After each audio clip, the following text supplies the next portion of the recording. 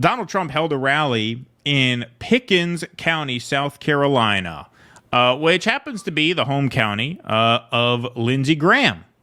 And so he thought, why not bring the hometown hero up on the stage? How bad could it be? Well, apparently pretty bad. Well, it's also Pride Month.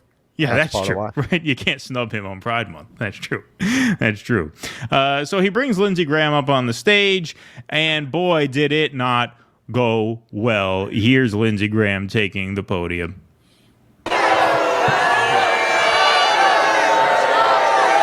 Welcome to Pickens. Thank y'all for coming.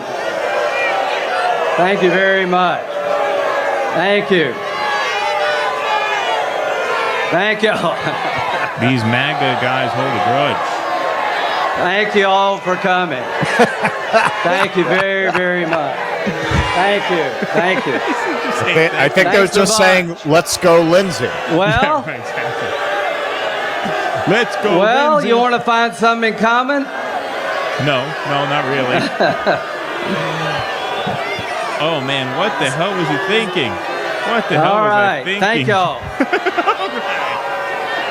All right, so he goes on. Wow. For about 5 minutes, right? And that's pretty much what it is. We're obviously not going to watch 5 minutes of that. However, his sign-off, his end of speech, thank you very much, this is probably soundboard worthy. We're probably going to have to clip this for sound. It's right at the beginning, so be ready, folks. God bless America.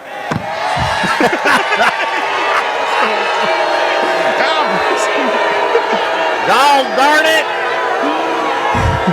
It's the first time at a Republican campaign event the phrase "God bless America" has ever been said with the subtext "Go fuck your mother." Fuck. Like, God bless America. Slam storms off. Let's watch that one more time. And by the way, just so YouTube understands, whatever that ad is for whatever guy is peddling, we do not endorse that as any kind of medicinal remedy whatsoever. That just happens to be on the screen. The vaccine is safe and effective. Exactly. Whatever that is, we don't know. God bless America. And then they blow him out as he walks off. Wow. Not an impressive showing for Senator Graham down there in his home county. That is where he grew up in South Carolina. So it's not just his home state, but he's a hometown hero. Yeah, exactly. They know him best. Maybe they watched Max Blumenthal's speech at the UN and they were upset. I don't think they needed that speech. That's what's crazy about the times we live in. Right. The people you have to persuade are the Democratic voters. Right. That's a bad idea. These people are already there. Yeah, they're already there. They already know. They wouldn't need to know from there.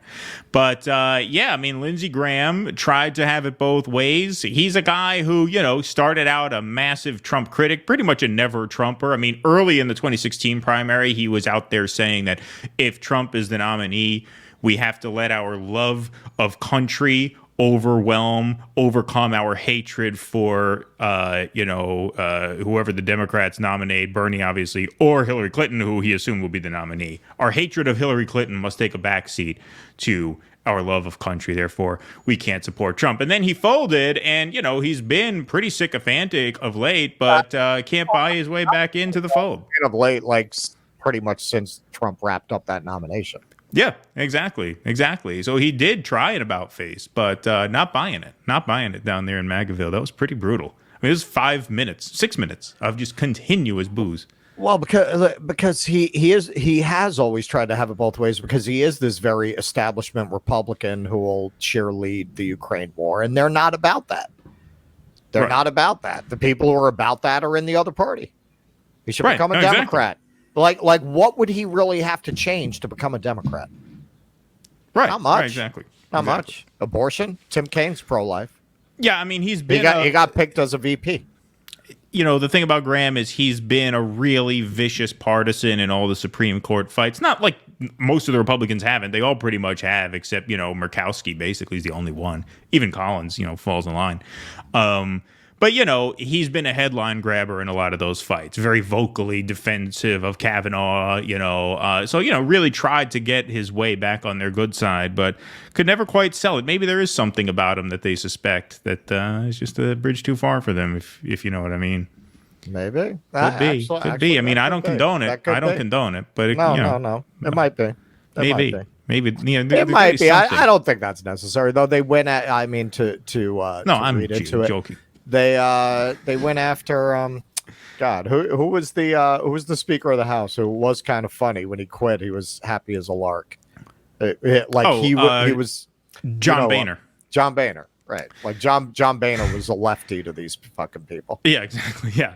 Right. So. Yeah, he was a rhino. And when he quit, he was the one who said Ted Cruz is the most miserable son of a bitch I've ever met in my life. Right. He quit and just started drinking wine and smoking cigarettes. That's the thing. He would just brag. Yeah, I mean, you kind of had to have a grudging affection for that guy. It was just like, screw you guys, I'm going home.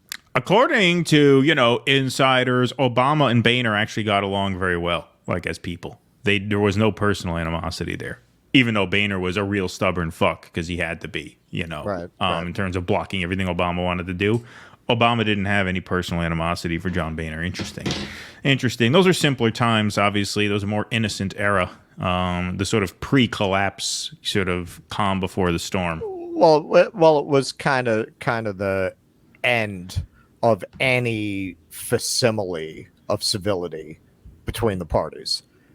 Right. Like John Boehner was like a ghost of an echo of a shadow of Tip O'Neill. Right. Yeah, exactly. But I mean, just a bare minimum right. of like not, publicly demanding his imprisonment. Yeah, right. Exactly. That passed for civility by the time you get to Obama. Please clap.